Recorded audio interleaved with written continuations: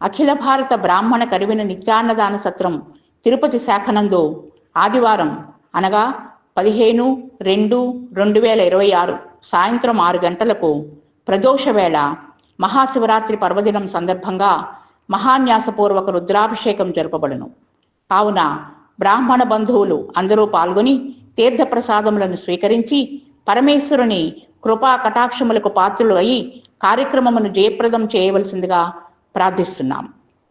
మరిన్ని వివరములకు కాంటాక్ట్ చేయవలసిన నంబర్లు 8333907809 మరియు 8343907810.